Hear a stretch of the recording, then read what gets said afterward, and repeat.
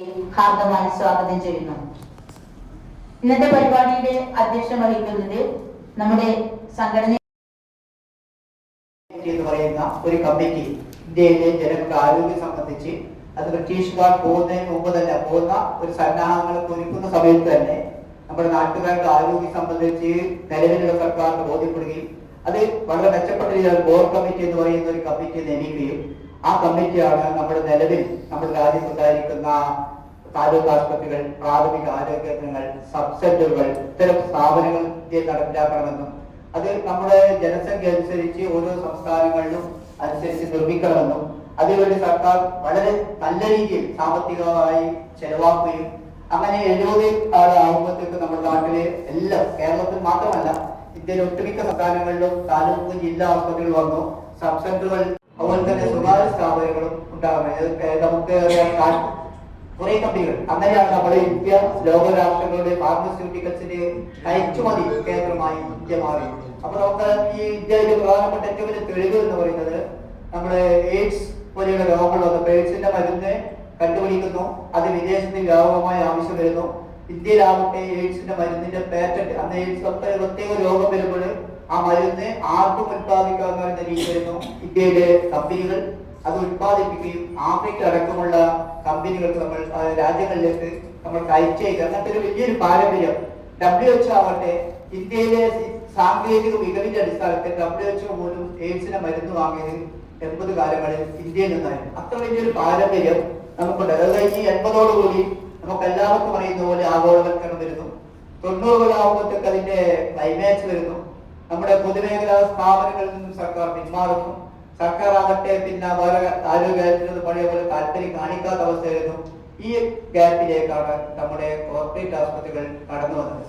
ഇന്ന് ആണെങ്കിൽ 80ാം വാർഷികം കഴിഞ്ഞ് നമ്മൾ ഇവിടെ നിൽക്കുമ്പോൾ നമുക്കറിയാം നമ്മുടെ തൊട്ടടുത്തുള്ള മിംസ് ആയാലും ബേബി മെമ്മോറിയൽ ആയാലും ഒക്കെ തന്നെ കോർപ്പറേറ്റ് സ്ഥാപനങ്ങൾ കൈയടക്കി വെച്ചിരിക്കുകയാണ്. അതിന്റെ പ്രയാസം എന്ന് പറയുന്നത് നമ്മുടെ രാജ്യത്തിന്റെ നമ്മുടെ അഖണ്ഡതയെ പോലും ചോദ്യം ചെയ്യുന്ന രീതിയിലേക്ക് കാര്യങ്ങൾ മുന്നോട്ട്. ഉദാഹരണത്തിന് ഇനിയിപ്പോ നിങ്ങളുടെ മിംസ് ആശുപത്രിയിലെ ഒരു സർജറി എന്ന് പറയുന്നത് ഇപ്പൊ എന്താ പറയാ പാക്കേജ് ആണ്. ഹാർട്ടിന്റെ ഒരു ഓപ്പറേഷന്റെ ഒരു പാക്കേജ് തീരുമാനിക്കുന്നത് ഇന്ത്യയിൽ നിന്നല്ല. ഒന്നിക്കൽ ന്യൂയോർക്കിലോ അല്ലെങ്കിൽ വേറെ ലണ്ടനിലത്തെ കൂടുതൽ ബോധവന്മാരാണ്. നമുക്ക് പിന്നെ അത്യാവശ്യം നല്ല പൈസയുണ്ട്, പിന്നെ നല്ല സൗകര്യങ്ങളുണ്ട്, ഡോക്ടർമാരുടെ എണ്ണം വെച്ച് നല്ല സൗകര്യമുണ്ട്, ചെലവാക്കാനുള്ള കാശും നമ്മുടെ കയ്യിലുള്ളത് കൊണ്ട് ഏറ്റവും കൂടുതൽ ബാധിക്കുക കേരളത്തിലെ ആൾക്കാർക്ക്. എങ്ങനെ ബാധിക്കും? നമുക്കറിയാം നമ്മുടെ ഔട്ട് ഓഫ് പോക്കറ്റ് എക്സ്പെൻഡിച്ചർ. അതായത് ഒരു രോഗം വന്നാൽ ആ രോഗി സ്വന്തം കയ്യിൽ നിന്ന് ചെലവ് എന്ന് പറയുന്നത് 40% തുകയും നമ്മൾ സ്വന്തം കയ്യിൽ നിന്നാണ് ചെലവാക്കുന്നത്. സർക്കാർ ആശുപത്രിയിൽ പോയാലും ആ 40% എന്നുള്ളത് ഇതിൽ പോയി 80-90% എത്തും. അപ്പൊ ഇതിന് നിയന്ത്രണം സർക്കാർ തലത്തിൽ ഒരു നിയന്ത്രണവും ഇന്നില്ല. അതായത് നിങ്ങൾ മിംസിൽ ഉദാഹരണത്തിന് പിന്നെ ബൈപ്പാസ് ഒരു സ്റ്റെൻഡ് ഇടുകയാണെങ്കിൽ മിംസിൽ 4 ലക്ഷമാണെങ്കിൽ തൊട്ടടുത്ത് അതിന്റെ 1 കിലോമീറ്റർ അപ്പുറത്ത് ഒരു ആശുപത്രിക്ക് 1.5 ലക്ഷമായിരിക്കും. അപ്പൊ നമ്മുടെ പോലെയുള്ള പൊതുസംഘടനകൾ ഇതിനൊരു കൃത്യമായ ഒരു വ്യവസ്ഥ വേണം. ഏത് ഓപ്പറേഷൻ ആയാലും ജനങ്ങൾക്ക് അറിയാനുള്ള അവകാശം വെച്ചുകൊണ്ട് ഏത് ഓപ്പറേഷനും അതായത് പൈസ പ്രസിദ്ധീകരിക്കണമെന്ന് കോടതി ഉത്തരവ് വന്നിട്ടുണ്ട്. എന്നിട്ടും കേരളത്തിൽ പ്രത്യേകിച്ച് നമ്മളറിയാം ക്ലിനിക്കൽ എസ്റ്റാബ്ലിഷ്മെന്റ് ആക്ടിൽ പ്രത്യേകം പറയുന്നുണ്ട് ഓരോ സർജറിക്കും വേണ്ടുന്ന ചെലവ് എത്രയാണോ നിങ്ങൾ വാങ്ങാൻ ഉദ്ദേശിക്കുന്നത് അത് വാങ്ങണം. അപ്പൊ സാധാരണക്കാർക്ക് തൊട്ടടുത്ത ആശുപത്രിയിൽ പോയി ചെയ്യാം. അത് ബാർഗെയിൻ ചെയ്തിട്ടോ അല്ലെങ്കിൽ ആ രീതിയിൽ മറ്റു ഉപഭോഗത്തിൽ തന്നെ നമുക്കത് ബാർഗെയിൻ ചെയ്ത് ഉപയോഗിക്കുന്ന അവസ്ഥ ഉണ്ടാവും. പക്ഷേ സർക്കാർ ആകട്ടെ ഇതിലൊന്നും തുനിയാതെ ഇവർക്ക് വേണ്ട എല്ലാ പ്രോത്സാഹനവും നൽകിക്കൊണ്ടിരിക്കുന്ന അവസ്ഥയാണ്. നമ്മളെ പോലെയുള്ള സാമൂഹ്യ പ്രവർത്തകർക്കും ആരോഗ്യ പ്രവർത്തകർക്കും ചെയ്യാനുള്ളത് നമ്മളെ പോലെയുള്ള ആളുകൾ, ഞാനിപ്പോ JSC എന്ന സംഘടനയിലെ അംഗമാണ്, ജനസ്വാസ്ഥ്യ അഭിയാൻ എന്ന് പറയുന്നത്. അത് ഇന്ത്യയിലൊട്ടാകെയുണ്ട്, ലോകത്തൊട്ടാകെ പീപ്പിൾസ് ഹെൽത്ത് അസംബ്ലി എന്ന് പറയുന്ന സാധനം WHO സമാന്തരമായി ജനകീയമായി ആരോഗ്യ പ്രവർത്തകരുടെ ഒരു കൂട്ടായ്മയാണ്. ആ കൂട്ടായ്മ എന്ന് പറയുന്നത് നമ്മൾ പറയുന്ന ആരോഗ്യം എന്നത് നമ്മുടെ ജന്മ അവകാശമാണ്. ഹെൽത്ത് ആസ് എ റൈറ്റ് ആണ്. നമ്മുടെ വിദ്യാഭ്യാസം നമുക്കറിയാം, നമ്മുടെ ഒരു വിദ്യാഭ്യാസ റൈറ്റ് ആയിട്ട് അതികൊണ്ട് 10-15 കൊല്ലം ആയിട്ടുള്ളൂ. അതിനു മുമ്പൊക്കെ കാലാകാലങ്ങളായി ഇടതുപക്ഷ രാഷ്ട്രീയക്കാർ വിദ്യാഭ്യാസം അവകാശമാക്കണമെന്ന് പറയുന്നു. മൻമോഹൻ സിംഗിന്റെ ഗവൺമെന്റ് കാലത്താണ്, ഫസ്റ്റ് UPA സർക്കാരിന്റെ കാലഘട്ടത്തിലാണ് അതൊരു അവകാശമായി പ്രഖ്യാപിക്കുന്നത്. അങ്ങനെ അവകാശമായി പ്രഖ്യാപിച്ചത് നിങ്ങളുടെ കുട്ടിയെ നിങ്ങളൊരു 10ാം ക്ലാസ് വരെ പഠിപ്പിച്ചില്ലെങ്കിൽ നിങ്ങളുടെ പേരിൽ ക്രിമിനൽ കേസ് എടുക്കും. എന്നെ പോലെയുള്ള ഉദ്യോഗസ്ഥന്മാർക്ക് പിന്നുണ്ടായ ഒരു ഗുണമെന്ന് പറഞ്ഞാൽ നമ്മൾ കുട്ടികൾക്ക് ചെലവാക്കുന്ന മുഴുവൻ തുകയും കേന്ദ്ര ഗവൺമെന്റ് റീഎംബേഴ്സ് ചെയ്യും. ഞാൻ എന്റെ മോനെ പഠിപ്പിച്ചത് KV യിലാണെങ്കിലും നിങ്ങളെ ഏരിയ ഞാൻ പഠിപ്പിച്ച ഏരിയയിലാണ് നവോദയയിലോ ഏതൊരു സ്കൂളിലാണെങ്കിൽ പോലും മൊത്തം ഫീസും പുസ്തകത്തിന്റെ പൈസയും സർക്കാർ തരും +2 വരെ. അപ്പൊ അത് നമുക്ക് റിയംബേഴ്സ് ചെയ്ത് കിടക്കാം. കൊല്ലത്തില് പല ആളുകളും ഏതൊരു സർക്കാർ ഉണ്ടെന്ന്. അത് എന്തുകൊണ്ടാണ്? അതൊരു നിയമമായി നിങ്ങൾ പഠിപ്പിക്കുക എന്നുള്ളത് നിങ്ങളുടെ കുട്ടിയുടെ ജന്മ അവകാശമാണ്, റൈറ്റായി മാറണം. അങ്ങനെ ആരോഗ്യവും റൈറ്റായി വരുന്ന ഒരു കാലഘട്ടമാണ് നമ്മുടെ സ്വപ്നം. ആ സ്വപ്നത്തിലേക്കുള്ള യാത്ര നമ്മളിങ്ങനെ തുടങ്ങിയാണ്. നടക്കില്ലെന്ന് പറഞ്ഞില്ല, ലോകത്ത് ഇത്തരം ശ്രമങ്ങൾ നടക്കുന്നുണ്ട്. അതായത് നമുക്ക് ജീവിക്കാനുള്ള അവകാശം പോലെ തന്നെ മാന്യമായി ഡീസന്റായി ജീവിക്കാനുള്ള അവകാശം. നമ്മൾ പല കോടതി വിധികൾ കാണുന്നത് പോലെ രോഗിയായിട്ട് ഇങ്ങനെ ചത്തതിനൊപ്പമായി ജീവിക്കുമെന്നുള്ള പോലെ ജീവിക്കാനുള്ള ഇതൊന്നല്ല. നമ്മൾ ഈ രാജ്യത്ത് ജനിച്ചവർക്ക് ഇവിടെ മാന്യമായി ജീവിക്കാനുള്ള അവകാശം സർക്കാർ തരേണ്ടതാണ്. അത് തന്നില് നമ്മൾ സർക്കാരിൽ നിന്നും അത് പിടിച്ചെടുക്കാനുള്ള ശ്രമങ്ങളിലേക്ക് നമ്മൾ വേണം. വിഷയം സംബന്ധിച്ച് ഞാൻ അധികം സംസാരിക്കാറില്ല. നമുക്ക് ഇത് കുറച്ച് കേരളത്തിൽ അടുത്ത കാലത്തായി മാത്രം ചർച്ച ചെയ്യപ്പെട്ട ഒരു വിഷയമാണ്. അതിന് പരിമിതികളുണ്ട്. വിഷയം സംബന്ധിച്ച് ഞാൻ നിലവിൽ ലഭ്യമായ ചില വിവരങ്ങൾ ശേഖരിച്ചുകൊണ്ട് നടത്തുന്ന ഇതാണ്.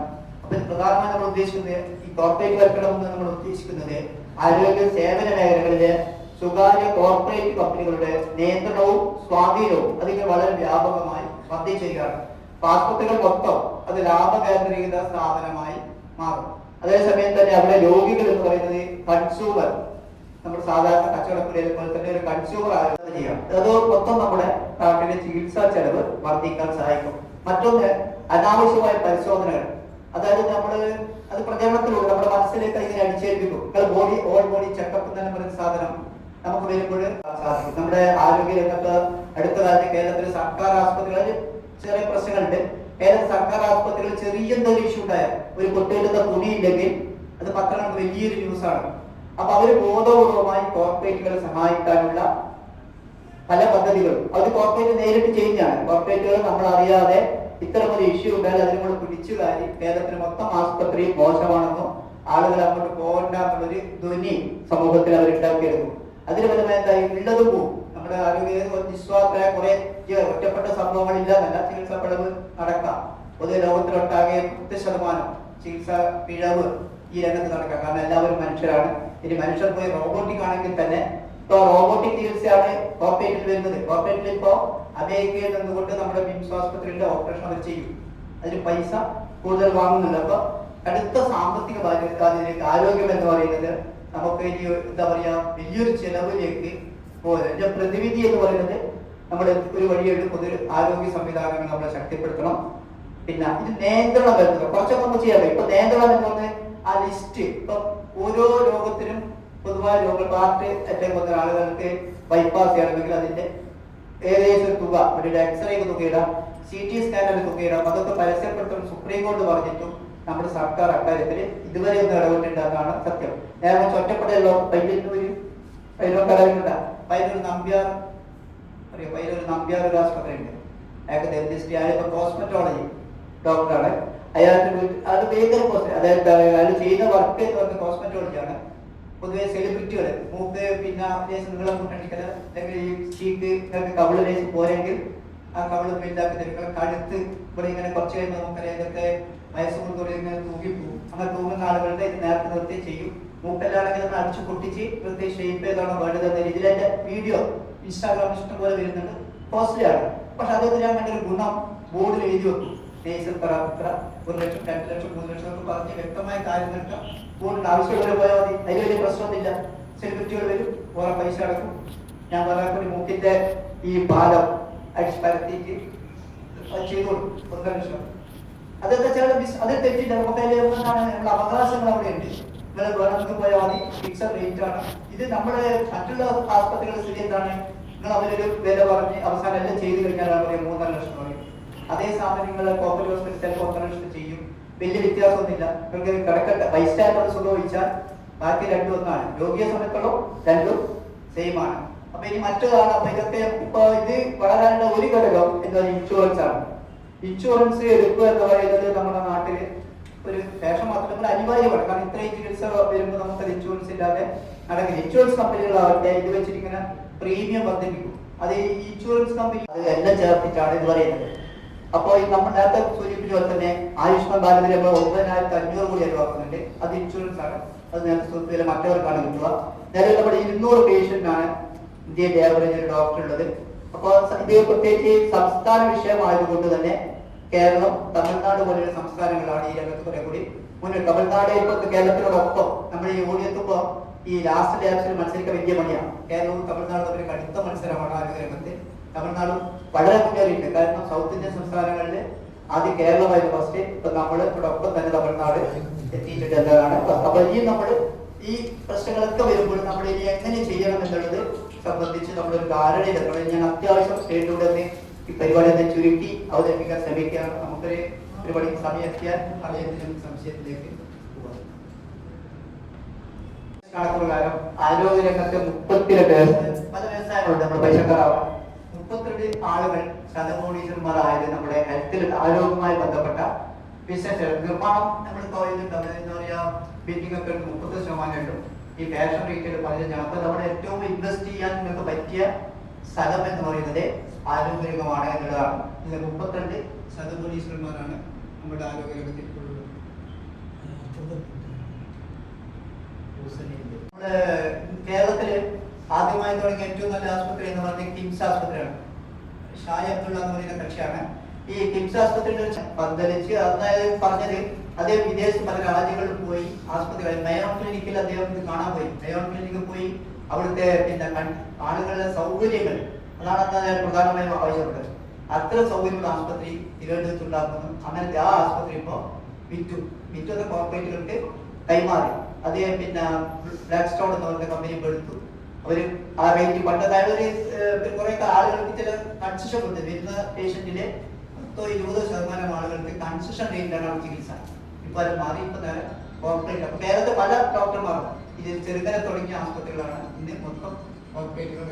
ഞാൻ പറയുന്നത് ഇക്വിറ്റി നിക്ഷേപമാണ്. നമുക്ക് 2004-2005 നമുക്കറിയാം ഏകദേശം 500 കോടിയാണ്. ഇപ്പോ 2022-2023 2000 കോടിയിലേക്ക് വിദേശ നിക്ഷേപം നമ്മുടെ ആശുപത്രികളിൽ എത്തി. അപ്പൊ ഇതുവരെ വെറുതെ നിക്ഷേപം ചെയ്യില്ല. നമുക്കറിയാം വിദേശ ആളുകൾ ഇവിടെ വന്ന് നിക്ഷേപം എടുക്കുന്നത് അവർക്ക് ലാഭം ചെയ്യാൻ മാത്രമാണ്. വേറൊരു താല്പര്യവും അവർക്ക് അതിനെ ഉണ്ടാവില്ല എന്നുള്ളതാണ്. ഗവൺമെന്റ് കൊടുത്തത് ഇത് നിർമ്മിക്കാൻ ആവശ്യമായ ചെലവിന്റെ പകുതി പൈസയോളം മേലെ ഗവൺമെന്റ് സബ്സിഡി കൊടുത്തു. ഇതൊക്കെ ഉണ്ടാക്കിയതിനു ശേഷം എന്തായി മുഴുവൻ ലാഭവും അദ്ദേഹം സ്വന്തമായി. അന്ന് നമ്മളത് കൊടുക്കുകയും ആ സ്വന്തമാവുകയും അത് മാത്രമല്ല അയാൾ പിന്നെ മൂന്നാം ലോക രാജ്യങ്ങളിലേക്ക് ഈ വാക്സിൻ കയറ്റുമതി ചെയ്തുകൊണ്ട് വലിയ ഇന്ത്യയിലെ ഏറ്റവും വലിയ കോടീശ്വരൻ അയാളായി മാറിയിട്ടുണ്ട്. ഈ നമ്മൾ സാധാരണ യുദ്ധം ആണ് സാധാരണ നമ്മൾ പറയാ പൈസ ഉണ്ടാക്കാൻ ഏറ്റവും നല്ല മാർഗമാണ്. ചികിത്സക്കുള്ള ഗുണമായിട്ട് കിട്ടുന്നത് ആ പൈസ നമ്മുടെ വിദേശ കോർപ്പറേറ്റുകളുടെ ഭാഗമായി നമ്മൾ സാധാരണ ആസ്പത്രി നേരെ പൈസ വിദേശങ്ങൾ. ഉദാഹരണത്തിന് അപ്പോളോയുടെ തീരുമാനം. അപ്പോളോ ആണ് പിന്നെ ആദ്യമായി എന്ത് ചെയ്തത് മരുന്നിന്റെ ശൃംഖല തുടങ്ങി. മരുന്നിന് സാധാരണ ഒരു കാലഘട്ടത്തിൽ നമ്മുടെ മരുന്ന് നമ്മുടെ സ്വന്തം പീടിയ അടുത്തുള്ള പീടിയയിൽ പോയി വാങ്ങുകയായിരുന്നു നമ്മളൊക്കെ പതിവ്. എന്നാൽ അപ്പോളോ ഹോസ്പിറ്റലിൽ അവർ കാര്യം ചെയ്തു മരുന്നിന്റെ ശൃംഖല തുടങ്ങി ഇന്ത്യയിൽ ഒട്ടാകെ. അപ്പോളോന് പിന്നെ മരുന്ന് ചില്ലറ വിൽപ്പനശാല അതുകൊണ്ട് എന്ത് സാധിക്കും ഒരു 10-20% കുറച്ചു കൊടുക്കാൻ സാധിക്കും. അങ്ങനെയൊക്കെ ഇന്ത്യയിൽ ഒട്ടാകെ അവർ കുത്തക മരുന്നുകളുടെ കുത്തക എന്ന രീതിയിലാണ് അപ്പോളോ ഫാർമസി ഉണ്ടായത്. അപ്പോൾ അവർക്ക് 178 ബില്യൺ അതിൽ നമുക്ക് 90 ബില്യൺ എന്നത് 14 അത് 178 ബില്യണായി. ഇതിലും കാരണം വിദേശ ഓഹരി അത് വിറ്റു. 44% ഓഹരി പുറത്തു കൊടുത്തു. അടുത്തായി നമുക്ക് എന്ത് ചെയ്യാം 100% ഓഹരികളും വിൽക്കാമെന്നുള്ള ഒരു പിന്നെ കരാറിന്റെ നിയമം പാർലമെന്റ് പാസ്സായി കഴിഞ്ഞു. അതുകൊണ്ട് ഇനിയും ഇതിനുള്ള സാധ്യത വളരെ കൂടുതൽ എത്തിയാണ്. ലാസ്റ്റാണ് ബില്ല് വന്നത്.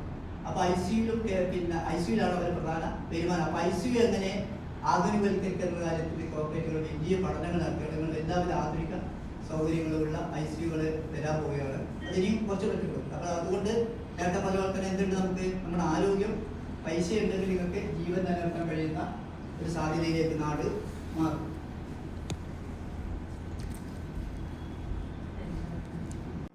ECG എടുത്തേണ്ട നോക്കി കുഴപ്പമൊന്നുമില്ല വണ്ടികൾ വീട്ടിൽ പോയി നിങ്ങൾ ആവശ്യപ്പെട്ട് തിരിച്ചു വന്നാൽ പറയും. എന്നിട്ട് അതിന് ശേഷം നമ്മളൊരു എക്കോ എടുക്കും. എക്കോയിലും കഴിഞ്ഞില്ലെങ്കിൽ നമ്മൾ TMT എടുക്കും. TMT ഒരു എക്കോ എടുക്കും. ഒക്കെ കഴിഞ്ഞ ഘട്ടത്തിലെടുത്താണ് നമ്മൾ അതിനോട് ആൻജിയോപ്ലാസ്റ്റിയുടെ സജഷൻ കൊടുക്കുക. അത് നമ്മൾ സാധാരണ രീതിയിൽ ഒരു ഡോക്ടർ 2-3 ഡോക്ടർ ഒപ്പീനിയൻ എടുത്ത് കഴിയും. നിങ്ങളിപ്പോൾ നേരെ ഇപ്പോൾ ഒരു കാർഡിയോളജിസ്റ്റിനെ കണ്ടാൽ അയാൾ ഓൺ ദ സ്പോട്ട് തന്നെ എക്കോ എടുക്കാൻ പറയും. എക്കോ എടുക്കാൻ പറയുമ്പോൾ തന്നെ ചിലപ്പോൾ സ്വാഭാവികമായിട്ടാണ് പറയുന്നത് നിങ്ങൾ വീട്ടിലെത്തൂല, അതുകൊണ്ട് നിങ്ങൾ ഇവിടെ തന്നെ അഡ്മിറ്റ് ചെയ്യണം, നിങ്ങൾക്ക് പിന്നെ 2 സ്റ്റണ്ട് വേണം അങ്ങനെയൊക്കെ പറഞ്ഞ് നമ്മൾ ഓൾമോസ്റ്റ് നമ്മൾ എന്താക്കും അവിടെ അഡ്മിറ്റ് ചെയ്യാൻ പോയ ആളെന്നെ അഡ്മിറ്റ് ചെയ്തിട്ട് പിന്നെ ബൈപ്പാസിൽ സ്റ്റണ്ട് ഇട്ട് തിരിച്ചു വരും. ഇപ്പോൾ സ്റ്റണ്ടിലൊരു ഗുണമുള്ളത് പിന്നെ ഇപ്പം അടുത്ത കാലത്തായിട്ട് ഒരു മാറ്റം സ്റ്റണ്ട് പിന്നെ നമ്മൾ ഫാർമസ്യൂട്ടിക്കൽ ഉൽപ്പന്നമായി പരിഗണിച്ചിട്ടുണ്ട്. അതുകൊണ്ട് ഇതിൽ വരും നമ്മുടെ പ്രൈസ് കൺട്രോൾ വരും. അപ്പോൾ അതായത് നമ്മുടെ national price control drugs and cosmetics എന്ന സാധനമുണ്ട്. ആ നിയമത്തിൻ്റെ കീഴിൽ വരുന്നത് കൊണ്ട് ഇപ്പോൾ പഴയ പോലെ സ്റ്റണ്ടിൽ പൈസ അടിച്ച് മാറ്റാൻ കഴിയില്ല. സ്റ്റണ്ടിൻ്റെ പൈസ ഗവൺമെൻറ് നിശ്ചയിച്ചിട്ടുണ്ട്. ഓരോ സൈസിനനുസരിച്ച് സ്റ്റണ്ട് ഇട്ടതിൻ്റെ ഇതില്ല കടലാസ് എന്ന് പറയുക അതിൻ്റെ ഉറയടക്കം പേഷ്യൻ്റ് ഞാൻ ചെയ്തിട്ടുണ്ട് തിരിച്ചു തരും. അപ്പോൾ അതിൽ നമുക്ക് അതിൻ്റെ വില മനസ്സിലാവും. പണ്ട് സ്റ്റണ്ടിലാണ് വേണ്ടി തട്ടിപ്പിരിക 1 ലക്ഷം 2 ലക്ഷം മറ്റ് ഇപ്പം നമ്മളിത് കാർഡിയോളജി ബൈപ്പാസ് കുറച്ചൊരു പൈസ ഉണ്ട്. സ്റ്റണ്ട് ഇടുന്ന ആളുകൾ ഏകദേശം 90 1 ലക്ഷത്തിനടുത്ത് കുറഞ്ഞു വരുന്നുണ്ട്. ഇനി അടുത്ത് ഇനി കുറയും. കാരണം സ്റ്റണ്ടിൻ്റെ ഉൽപ്പാദനം ഇന്ത്യയിൽ തന്നെ വ്യാപകമായി ഉണ്ടാക്കാനുള്ള കമ്പനികൾ രംഗത്ത് വരുന്നത് കുറയും. അപ്പോൾ മെഡിസിൻ്റെ രംഗത്ത് കുറച്ച് കുറയും. പക്ഷേ ആ പൈസ കൊണ്ട് എന്ത് ചെയ്യും? നിങ്ങളുടെ ICU ചിലവായിട്ട് എടുക്കും. AC റൂം മറ്റൊരു ചെയ്തിട്ട് ഓരോന്നും ടാർഗറ്റ് ഉണ്ടാവും. നിങ്ങളുടെ പിന്നെ സ്കാൻ ചെയ്ത പൈസ ഇത്ര സ്കാൻ ചെയ്യണം, എന്നാൽ മാത്രമേ നിങ്ങളവിടെ സംരക്ഷിക്കൂ. അത് പലപ്പോഴും ഒരു ഡോക്ടർ, ഒരു പ്രധാനപ്പെട്ട ഡോക്ടർ ഉണ്ടാവും, അയാൾക്ക് മാത്രമാണ് അവർ വലിയൊരു പൈസ കൊടുത്തില്ല. അയാളവർ എന്ന് പറഞ്ഞാൽ നമ്മൾ ഒരു ബക്കറ്റ് ഡോക്ടർ എന്നാണ് ഒരു ഇമേജുള്ള ഡോക്ടറെ വെച്ചിട്ടാണ് സാധാരണ കോർപ്പറേറ്റ് സംഭവം. ഒരു ഡോക്ടർ ബാക്കി എല്ലാ ഡോക്ടർമാരും നമ്മളെക്കാൾ കഷ്ടം. അവർക്ക് ചെറിയൊരു പൈസ കൊടുത്തുകൊണ്ട് അവർക്ക് പണിമുടൽ എടുക്കുന്നത് ഈ താഴേക്കഴി ഡോക്ടറായിരിക്കും. പക്ഷെ മറ്റേ ഒരു ശമ്പളവും മെച്ചപ്പെട്ട ശമ്പളവും കൊടുക്കില്ല. അവർ നിരന്തരമായി സമരത്തിലാണ്. അവരാണെങ്കിൽ 24 hours ICUലുള്ള ആളുകളാണെങ്കിൽ കഷ്ടപ്പെട്ട് പണിയെടുക്കും. അതിൻ്റെ ഒരു ഗുണത്തിലേക്ക് അവരുടെ ജീവിത നിലവാരം ഉയർത്തുന്നതിലേക്ക് ഇനിയും എത്തിയിട്ടെന്നാണ്. സമരങ്ങൾ ഇങ്ങനെ ജീവനക്കാരുടെ സമയത്തോളം വളരെ നമ്മൾ ഉദ്ദേശിക്കുന്ന നമുക്ക് കിട്ടുന്ന സുഖം പോലും ജീവനക്കാർക്ക് കിട്ടുന്നില്ല എന്നതാണ് ഏറ്റവും വലിയ പ്രശ്നം. കഴിഞ്ഞ ഒരു 5-8 വർഷം മുമ്പ് അത് തീരുമാനിച്ചു. അവിടെയുള്ള തീരുമാനങ്ങൾ ഏത് രോഗം വന്നാലും ആദ്യത്തെ 3 ദിവസത്തെ ചികിത്സ സൗജന്യമാണ്. കഴിഞ്ഞ കോൺഗ്രസ് ഗവൺമെൻറ്, ഇപ്പോൾ ഗവൺമെൻറ് മാറി, ഇപ്പോൾ BJP ഗവൺമെൻറ് വന്നു, അവരത് നടപ്പിലാക്കില്ല എന്നാണ് പറയുന്നത്. ആദ്യത്തെ പൈസ 3 ദിവസത്തെ പൈസ സർക്കാർ കൊടുക്കും. അങ്ങനെ വന്നപ്പോൾ IMA ഇടപെട്ടു. IMA പറഞ്ഞ് നമുക്ക് തരാൻ കഴിയും. ഗവൺമെൻറ് കൊടുക്കുമ്പോൾ കാലതാമസം ഉണ്ടാവും. പൈസ സെറ്റിൽ ചെയ്ത് വരുന്നുണ്ടോ? ഗവൺമെൻറ് ആണെങ്കിൽ വളരെ പൈസ ഉണ്ടാകാത്ത അവസ്ഥ വരും. അങ്ങനെ IMA പറഞ്ഞു നമുക്ക് ചെറിയൊരു ഡോക്ടർമാരുടെ പ്രശ്നം, കോർപ്പറേറ്റുള്ള പ്രശ്നമല്ല, ഓരോ ഗവൺമെൻറ്റിന് സ്വാധീനിച്ച് വാങ്ങും. അപ്പോൾ അങ്ങനെ പ്രശ്നം വരുന്നു പറഞ്ഞു. അപ്പോൾ ഇപ്പോഴത്തെ ഗവൺമെൻറ് അത് ചെയ്യാം. പക്ഷേ ഈ BJP ഗവൺമെൻറ് ചെയ്തൊരു കാര്യം, നിങ്ങൾക്ക് ആക്സിഡൻറ്റ് സംഭവിച്ചാൽ ഏത് ആക്സിഡൻറ്റ് സംഭവിച്ചാൽ ആദ്യത്തെ ഒരാഴ്ചത്തെ ചികിത്സ സൗജന്യമായി കൊടുക്കണമെന്ന് ഓർഡർ ഇറക്കിയിട്ടുണ്ട്. അപ്പോൾ ആ ഓർഡർ അടിസ്ഥാനത്തിൽ ഇന്ത്യയിലെ എല്ലാ ആശുപത്രികൾക്കും അവർ നിർദ്ദേശം കൊടുത്തു. പക്ഷേ കേരളത്തിലും നമുക്ക് തോന്നുന്നു പല ആശുപത്രികളും നടപ്പിലാക്കിയിട്ടില്ല. ആ പൈസ ക്ലെയിം ചെയ്യാൻ വേണ്ടി ഗവൺമെൻറ് കൊടുക്കാം. പക്ഷേ ഇത് കിട്ടുക എന്നുള്ള കാലതാമസമാണ്. അത് നമ്മൾ പറഞ്ഞ പോലെ മനുഷ്യാവകാശ പ്രശ്നമാണ്. ഞാൻ നേരത്തെ പറഞ്ഞ പോലെ ജീവിക്കാനുള്ള അവകാശം നമ്മുടെ രാജ്യത്ത് എല്ലാവരും ഉണ്ട്. നമ്മൾ ഏത് പ്രശ്നം നമ്മുടെ ജീവിക്കാനുള്ള അവകാശം ശരിക്കും വലിയൊരു അവകാശമാണ്. എനിക്ക് തോന്നിയത് ഞാനൊരു 2-3 മാസം മുമ്പ് ബൈക്ക് ഓടിച്ചു പോകുമ്പോൾ ബൈക്കിൻ്റെ ബാക്കിൽ ഒരാളെ തട്ടി ഞാൻ വീടും. അയാളുടെ പാട്ടിൽ പോയി, ഞാൻ എൻ്റെ പാട്ടിൽ പോയി, പ്രശ്നമൊന്നുമില്ല. 2 ദിവസം കഴിഞ്ഞ് ഞാൻ ഇപ്പോഴത്തെ ആശുപത്രിക്ക് ഡോക്ടർ ഇങ്ങനെ പറഞ്ഞു പോയി, ഇങ്ങനെ ഇതിന് ഡോക്ടർ ഞാൻ അറിയാതെ തന്നെ നമ്പർ ഡോക്ടർ സ്റ്റേഷനിൽ വിളിച്ചു. 3 സ്റ്റേഷനാണ് പോകണമെന്ന്. അപ്പോൾ ഞാൻ വിചാരിച്ച സംഭവം അന്നേരമാണ് ഞാൻ ആലോചിച്ചത് ഒരു പൗരൻ്റെ ജീവിക്കാനുള്ള അവകാശം. അപ്പോൾ ഞാൻ നമുക്ക് പ്രശ്നമില്ല. അപ്പോൾ SI എന്നോട് പറഞ്ഞത് നിങ്ങളുടെ പ്രശ്നമല്ല, ഇത് സ്റ്റേറ്റിൻ്റെ ഒരു പ്രശ്നമാണ്. ഒരു സ്റ്റേറ്റിൽ ജീവിക്കുന്ന ഒരാളെ വേറെ എന്തെങ്കിലും ചെയ്താൽ ആ സ്റ്റേറ്റിൽ ഉത്തരവാദിത്തമായി നിങ്ങൾ എഴുതി തരണം. കാരണം ഞാൻ അയാൾ അറിഞ്ഞിട്ടോ, അയാൾ പോയി, ഞാൻ എൻ്റെ പാട്ടിൽ പോയി ചെറിയ പരിക്കൊന്നും ജസ്റ്റ് വീട് നേടും. അപ്പോൾ ഞങ്ങൾ കേസ് വേദനയുള്ള ഡീറ്റെയിൽസ് പോയി കാണിച്ചു തരാനുള്ള നമ്മൾ ഇതല്ല. നിങ്ങൾ സ്റ്റേറ്റിൻ്റെ അധികാരത്തിൽ വെച്ചാണ് നിങ്ങൾ എഴുതി തരാറ് നമുക്ക് കേസ് പിൻവലിക്കുക. ഇതാണ് നമ്മൾ ജീവിക്കാനുള്ള അവകാശം. പല സന്ദർഭങ്ങളിലും വളരെ പ്രധാനമാണ്. അതാണ് പിന്നെ നമ്മൾ പറയുന്നത് ആരോഗ്യം എന്ന് പറഞ്ഞാൽ കേവലം ഇവിടെ ആശുപത്രിയിലെ അഡ്മിഷൻ അല്ല. അത് നിങ്ങളുടെ ഇപ്പോൾ കേരളത്തിലെ ആളുകൾക്ക് മെച്ചപ്പെട്ട ആരോഗ്യം എന്ന് പറയാനുള്ള കാരണം എന്താണ്? നമുക്ക് മെച്ചപ്പെട്ട വാഹന സൗകര്യമുണ്ട്, മെച്ചപ്പെട്ട ആശുപത്രികളുണ്ട്, കുടിക്കാൻ നല്ല വെള്ളമുണ്ട്, അത്യാവശ്യം ഭക്ഷണമുണ്ട്, ജീവിക്കാനുള്ള വകയുണ്ട്.